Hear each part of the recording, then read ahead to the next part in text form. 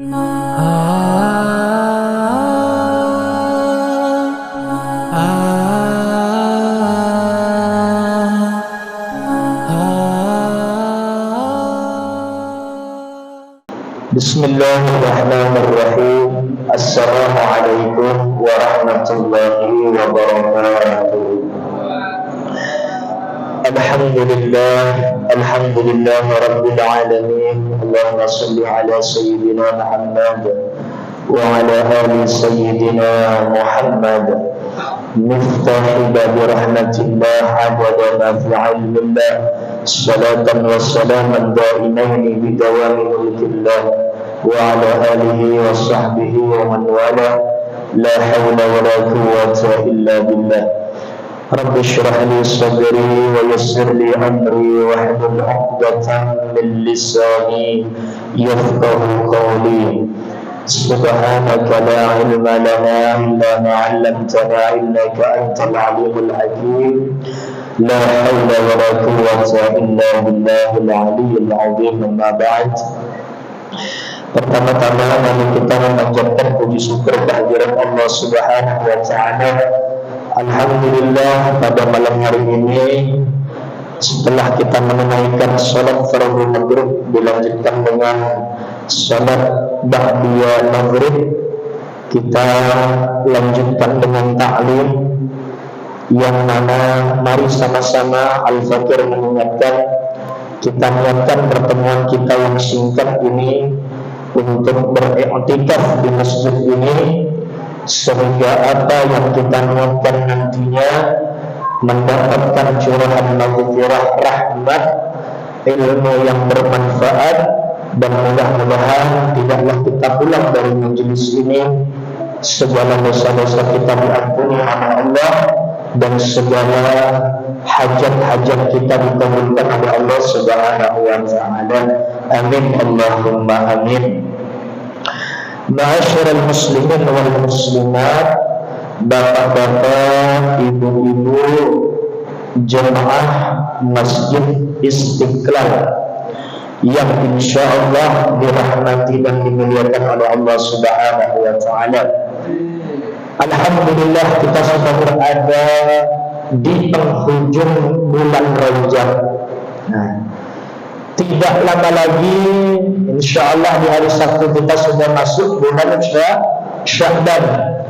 Ini artinya sebentar lagi pula kita akan bertemu dengan bulan Ramadan. Terus kita berdoa kepada Allah, mudah-mudahan dipanjangkan umur kita ini dalam ketaatan kepada Allah.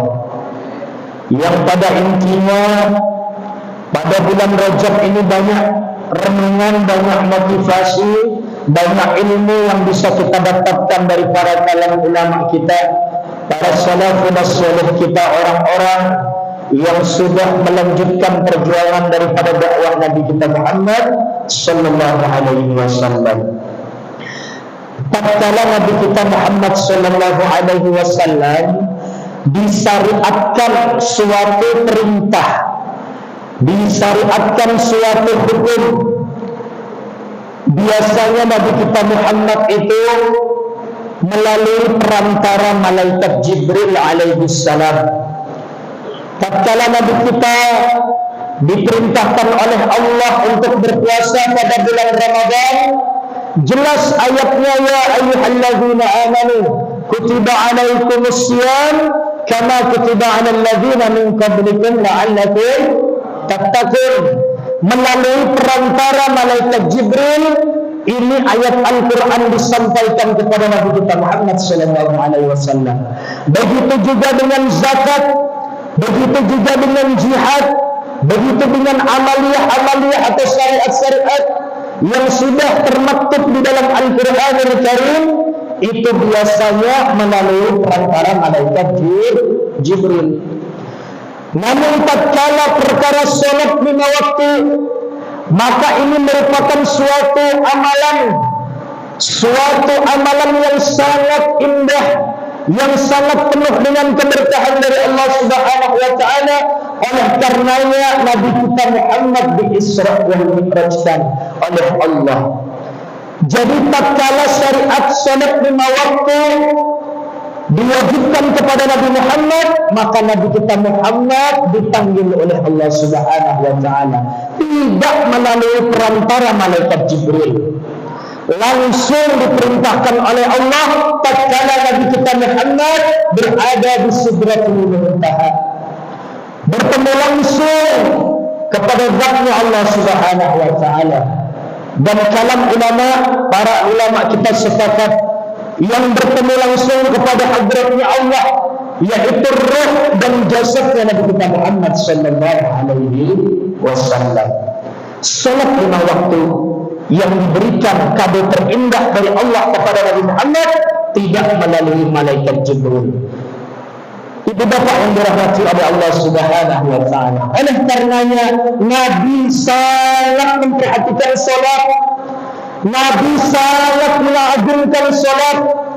Bahkan Nabi itu rindu untuk berdialog kepada Allah. Apabila datang waktu fajar, Nabi bergegas untuk menyiapkan salat subuhnya, salat qabliyah subuhnya. Tatkala waktu subuh sudah selesai, dilanjut dengan duha, dilanjut kembali dengan salat isyraq dan doa, dilanjut nanti tatkala melakukan aktivitas Nabi masih rindu dengan salat zuhur, salat asar, maghrib hingga isya.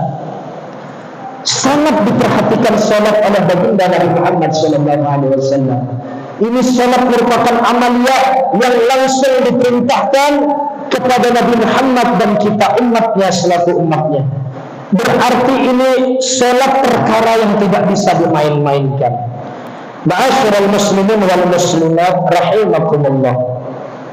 Oleh karenanya berbagai macam daripada siksaan-siksaan azab yang akan ditimpakan bagi seorang muslim yang sengaja dan meremehkan tatkala waktu salat tiba, tatkala waktu salat kita lalaikan, tatkala waktu salat na'udzubillah apabila kita tinggalkan.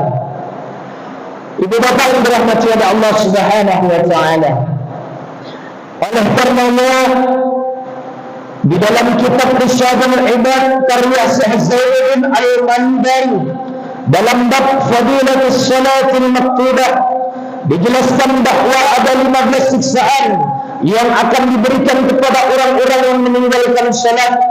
6 siksaan ketika di dunia, 3 siksaan ketika meninggal atau menghadapi sakaratul maut, 3 siksaan ketika di alam kubur, dan 3 siksaan ketika dibangkitkan dari alam kubur. 6 siksaan yang di dunia, 6 pertama dicabutnya bertahan umurnya.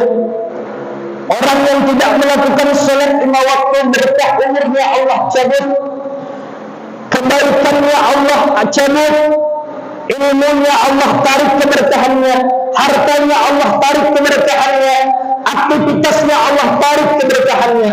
Kalau sudah tidak berkah hidup kita, mau lari kemana dalam kehidupan kita selain menambah atau menginginkan rahmat dan berkah dari Allah Subhanahu wa taala.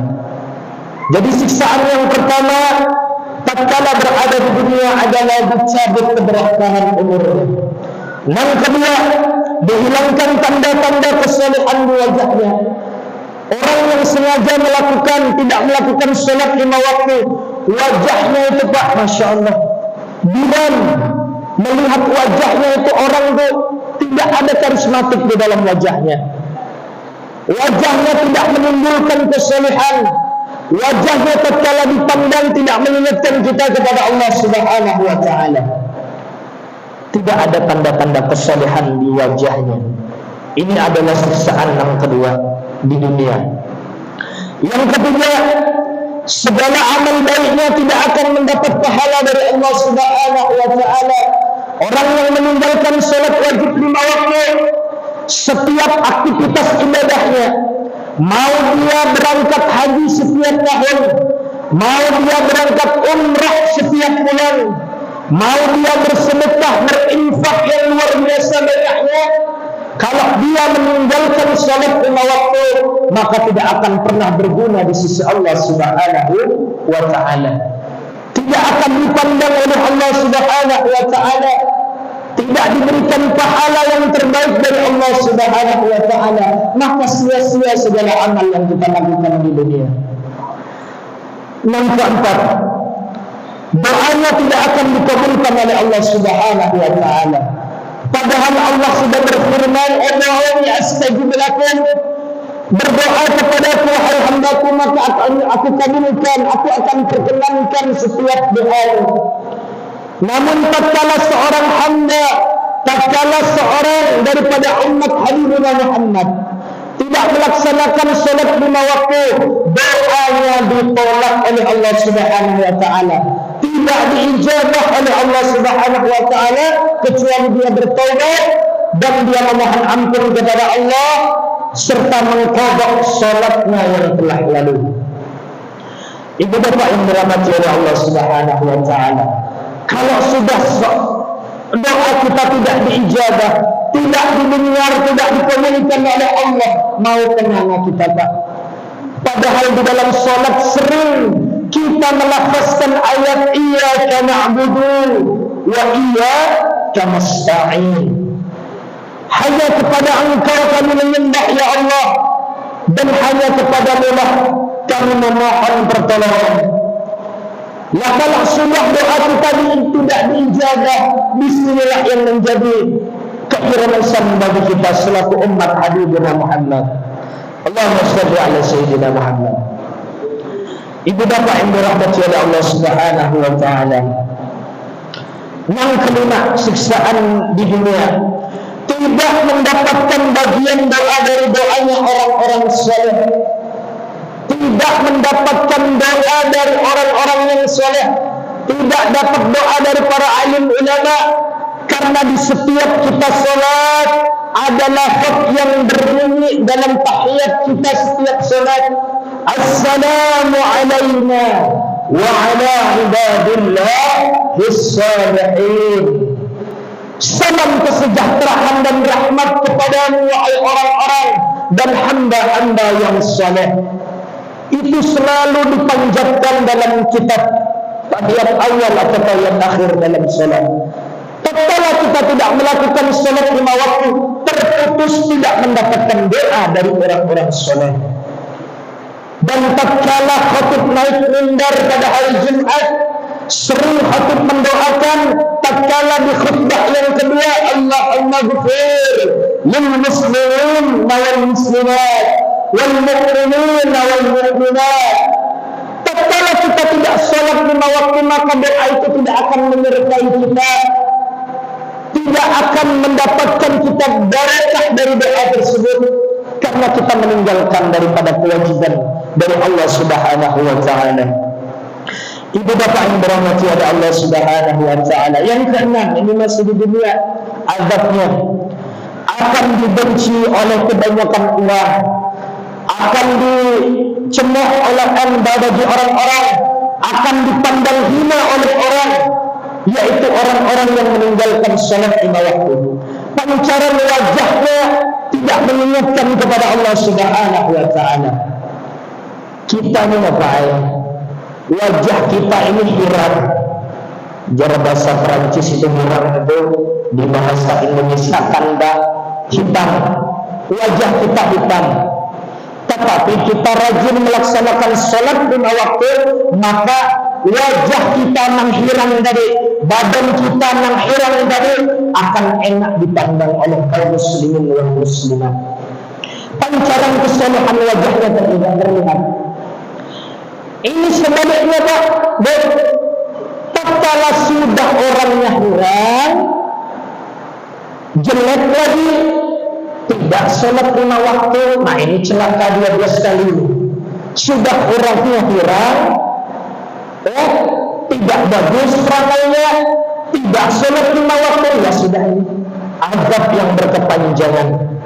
Ibu bapak yang dirahmati oleh Allah Subhanahu wa taala, itulah 6 siksaan ketika berada di dunia. Kita lanjutkan 3 siksaan ketika meninggal, ketika menghadapi sakaratul maut.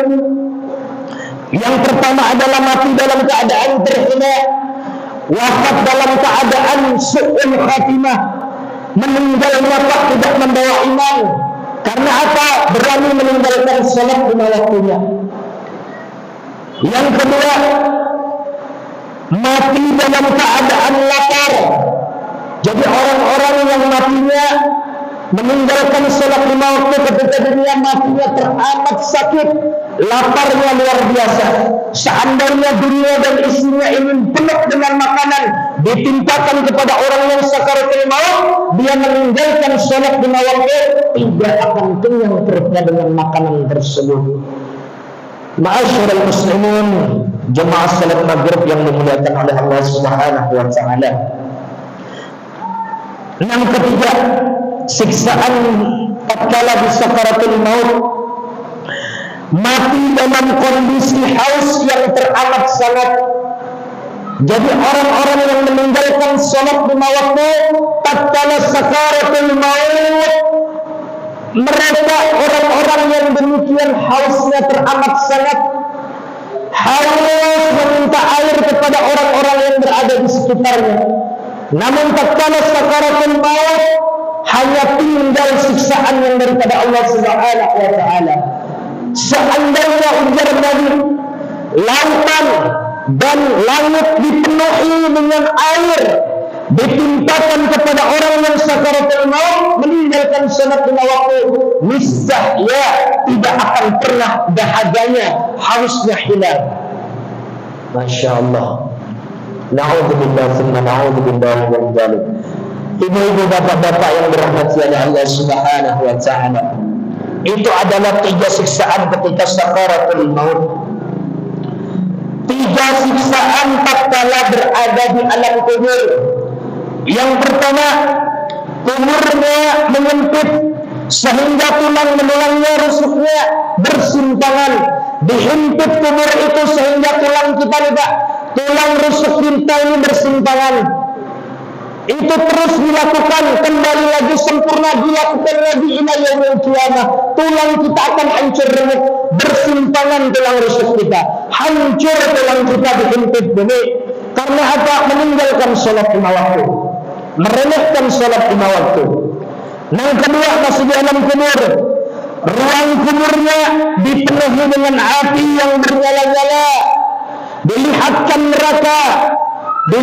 neraka sakor oleh Allah Subhanahu wa taala. Ini fulan bin fulan, amalanmu tatkala di dunia engkau meremehkan salat, engkau tidak mau sujud kepadaku, nah inilah timpahannya. Lihatlah, ini sangat panas nanti yang akan engkau masuki daripada setelah yaumul hisab nantinya.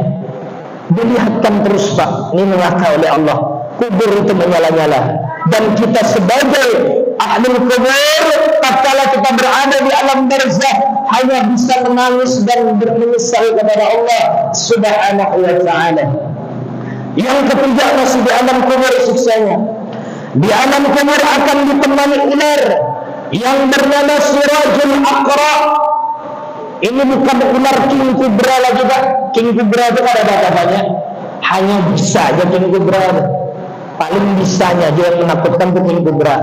Apalagi di dunia ini ada anaconda, ada apa-apanya dibandingkan daripada ular Sirajul Aqra yang akan membantai kita di alam kubur, yang akan menyiksa kita di alam kubur. Yang dikatakan dari taringnya daripada Sirajul Aqra ini luar biasa. Sekali kita melihat aja sudah pingsan, apalagi kita dipatok dan dimakan oleh ular tersebut. Ini akan ditimpakan bagi orang-orang yang meninggalkan salat tatkala berada di dunia. Ma'asyiral muslimin wal muslimat rahimakumullah. Dan yang terakhir, 3 siksaan ketika dibangkitkan dari alam kubur menuju padang mahsyar. Yang pertama adalah hisabnya sangat berat, perhitungan amalnya sangat berat, perhitungan amalnya sangat lama. Dan bagi orang-orang yang istiqomah salat lima waktunya, hisabnya itu ringan, Pak, secepat kilat. Dan hisabnya pun tidak akan memakan waktu yang sangat panjang. Tapi bagi orang-orang yang meninggalkan salat, hisabnya berat. Yang kedua, hisabnya berat nomor satu. Yang kedua, dibenci oleh Allah, dimurkai oleh Allah. Kalau kita di dunia ini dibenci oleh manusia seluruhnya, seluruh dunia membenci kita, tapi Allah ridha kepada kita, tapi Allah sayang kepada kita, tapi Allah cinta kepada kita, tidak masalah. Satu dunia ini membenci kita, makhluknya Allah, tapi kalau Allah sudah murka, Allah sudah benci, Allah tidak memandang kita, mau kemana kita? Karena hanya Allah yang Rahman dan Rahim, karena hanya Allah yang Maha kasih sayang kepada setiap hambanya. Nah, ini orang yang meninggalkan sholat 5 waktu tidak akan dipandang oleh Allah, dia bermaksiat. Tidak akan dihisab oleh Allah, tidak akan diberikan kelonggaran sedikit pun oleh Allah, dibenci oleh Allah Subhanahu wa taala. Na'udzubillah, summa na'udzubillah. Mudah-mudahan kita diselamatkan daripada hal itu. Yang ketiga, yang terakhir, siksaan di padang mahsyar, dimasukkan ke dalam nerakanya Allah Subhanahu wa taala.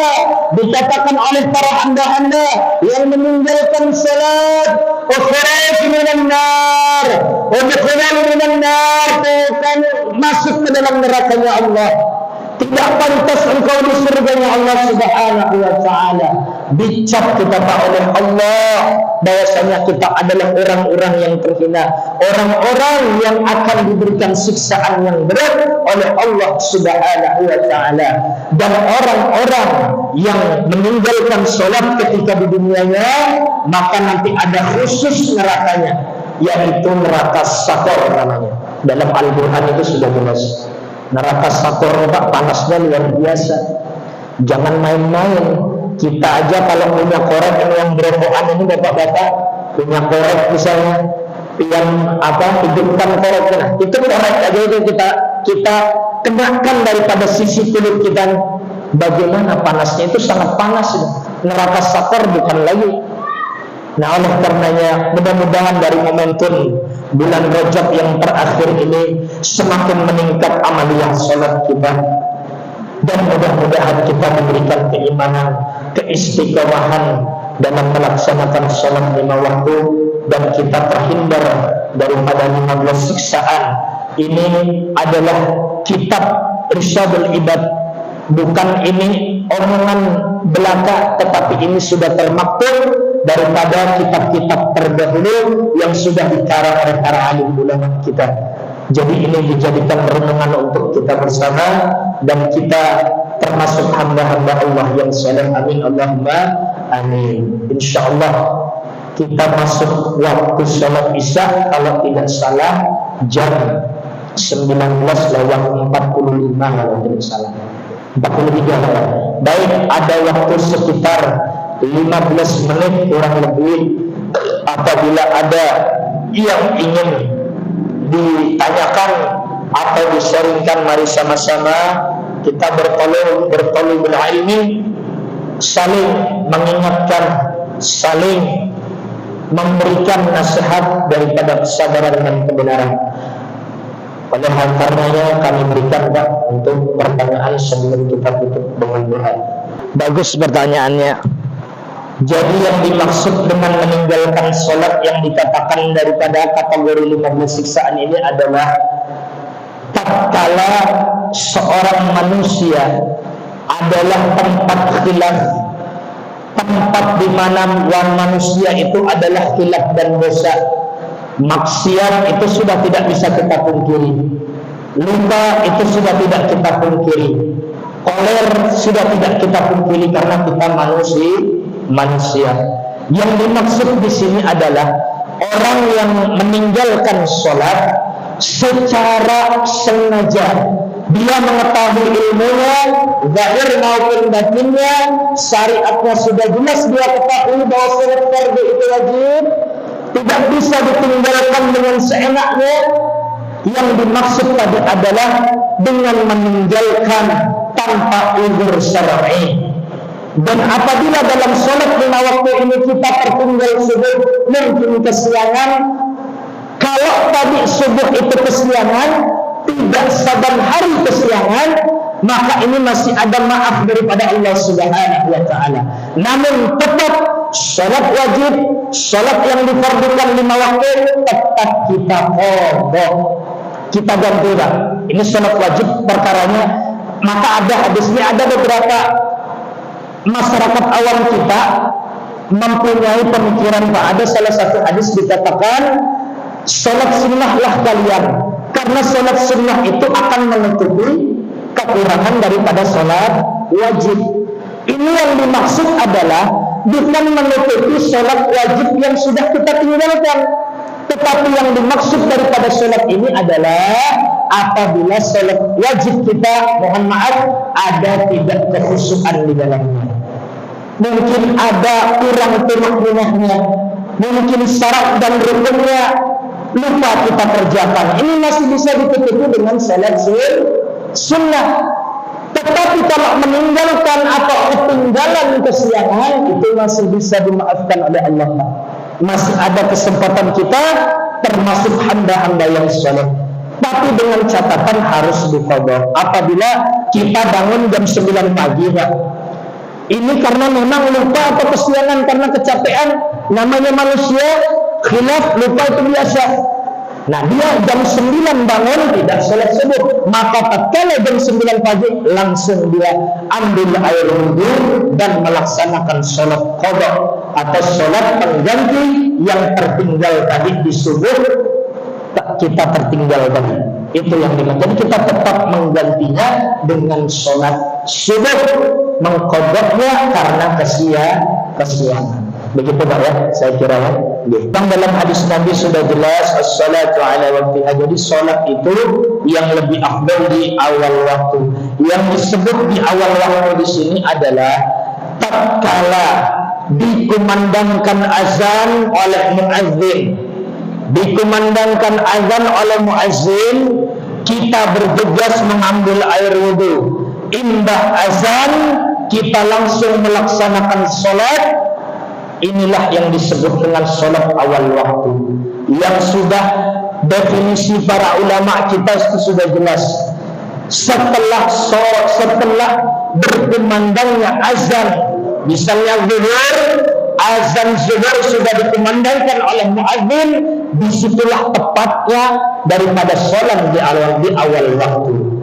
Dan apabila kita dalam keadaan zuhur, dalam keadaan kesibukan dunia kita, maka jangan sampai kita mengakhirkan daripada sholat kita.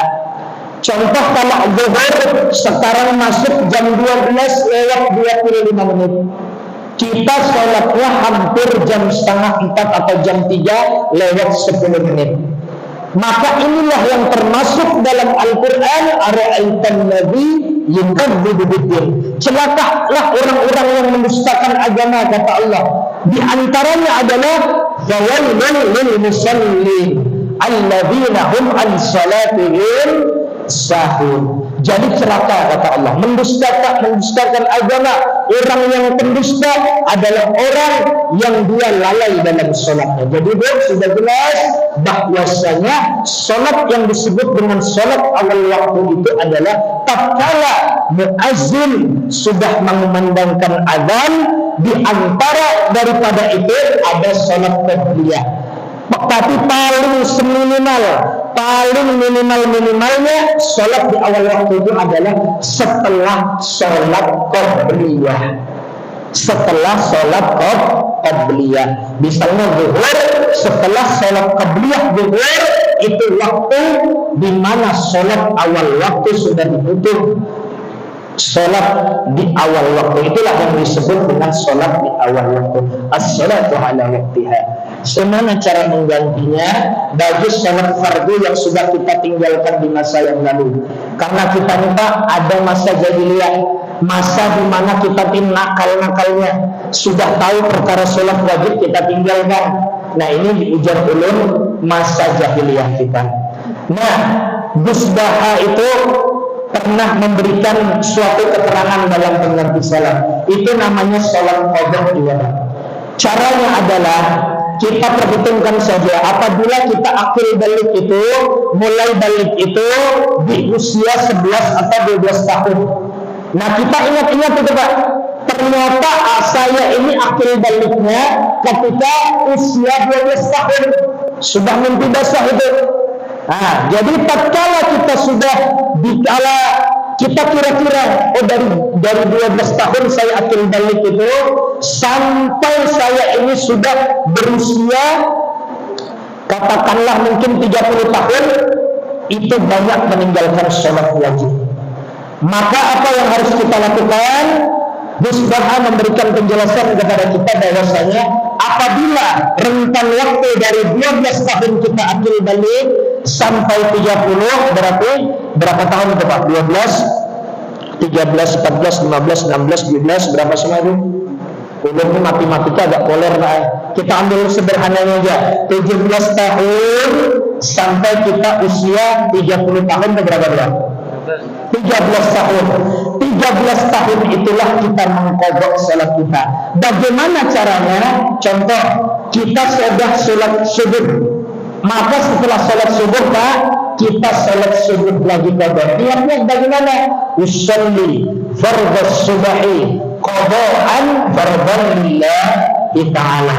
Kalau enggak hafal itu niat, sengaja saya salat qadha, ya, 2 rakaat subuh wajib karena Allah Ta'ala. Salat zuhur demikian juga.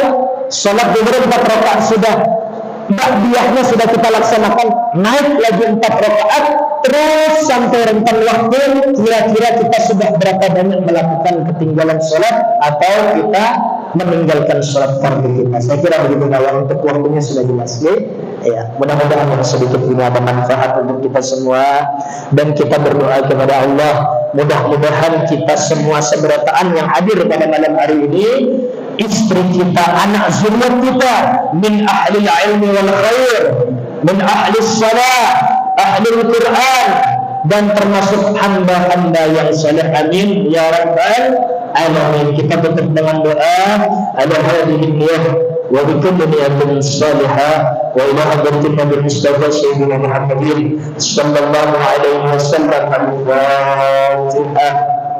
A'udzu billahi minasyaitonir rajim. Bismillahirrahmanirrahim. Alhamdulillahi rabbil alamin. Arrahmanir rahim. Maliki yaumiddin.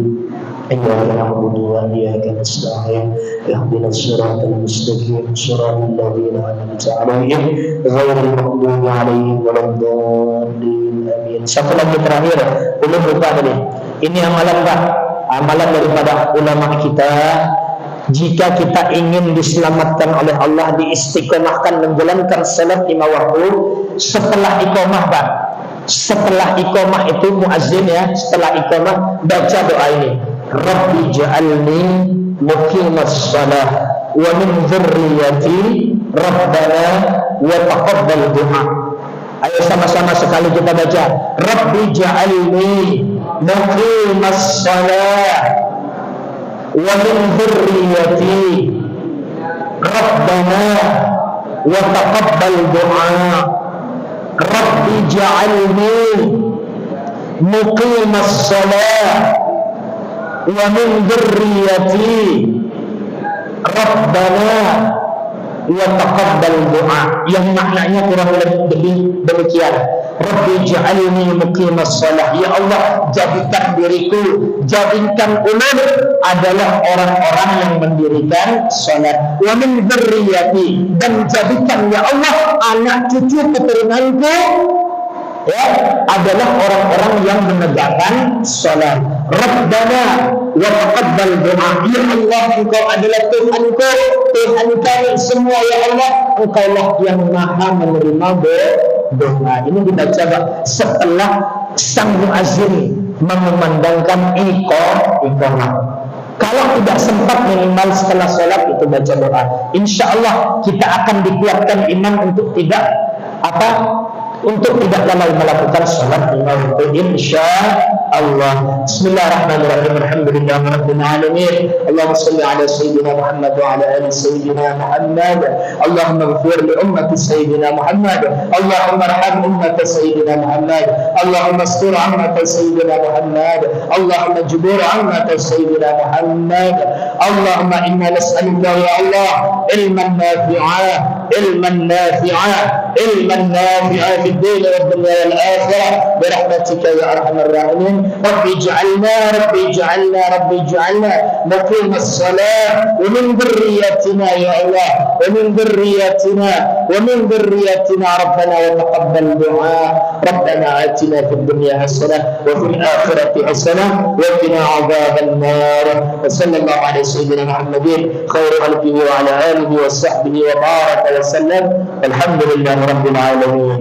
Udah minta halal minta ridha apabila penyampaian ulun, perbuatan ulun ada yang salah dan khilaf, apabila ada manfaat datang dari Allah Subhanahu wa taala, ini saja yang bisa Al-Fakir sampaikan.